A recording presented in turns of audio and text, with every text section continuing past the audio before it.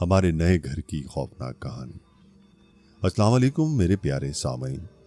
आज मैं आपके लिए एक ऐसी कहानी लेकर आया हूँ जो कराची के एक आम से घर की है, लेकिन इसमें छुपे थे कुछ गैर मामूली और खौफनाक राज। मेरा नाम सुमेरा है और आज मैं आपको एक ऐसी कहानी सुनाना चाहती हूँ जो मेरे साथ और मेरी बहन के साथ पेश आई। ये उस वक्त की बात है जब मेरी शादी को 10 साल हो चुके थे और मेरी बहन की मेरे देवर से शादी हुई। कुछ खानदानी मसाइल की वजह से वो दोनों हमारे साथ रहने आ गए। हमने नया घर किराए पर लिया। घर बहुत खूबसूरत, बड़ा और कुशादा गेट के बाद एक छोटा सा सहन था।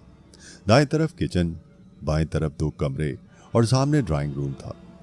लेकिन इस घर में कुछ ऐसा था जो हमें नजर नहीं आता था, लेकिन महसूस होता था।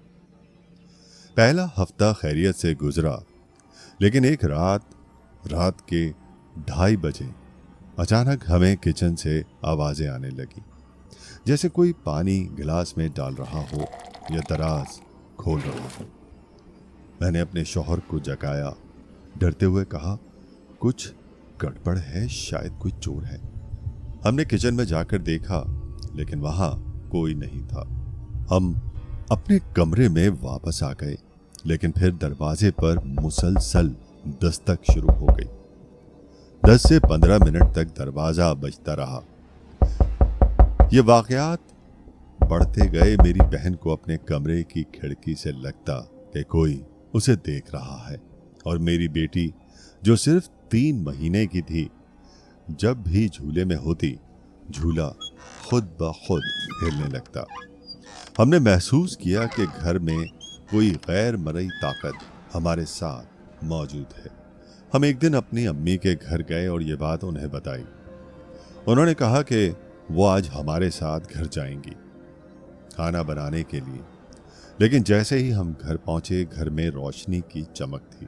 हालांकि हमने सिर्फ 2 लाइट्स जलाई थी।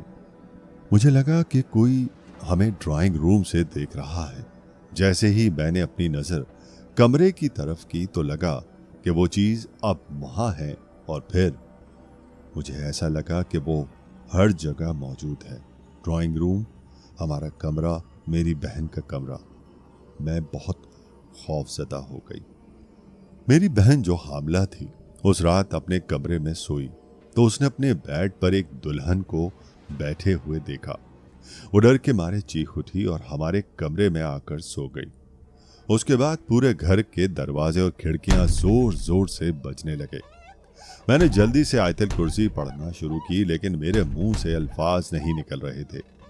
जैसे ही हम बाहर निकलने लगे, मेरे देवर को पीछे से आवाज आई कि अच्छा हुआ कि तुम यहां से चले गए, वरना तुम्हें कभी जाने ना देते।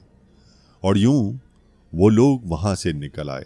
लेकिन वो खौफ, वो साए, क्या वो कभी भी पीछा छोड़ते हैं? हमारी कहानियां पसंद आए तो लाइक और सब्सक्राइब जरूर करें। अगर आपके पास भी कोई खौफनाक या रूहानी तजुर्बा है जो आप हमारे साथ शेयर करना चाहें, तो हमें ईमेल करें kahani@khamoshsae.com पर, या व्हाट्सएप करें 0390767426 पर। आपकी कहानी हमारी अगली वीडियो का हिस्सा बन सकती है।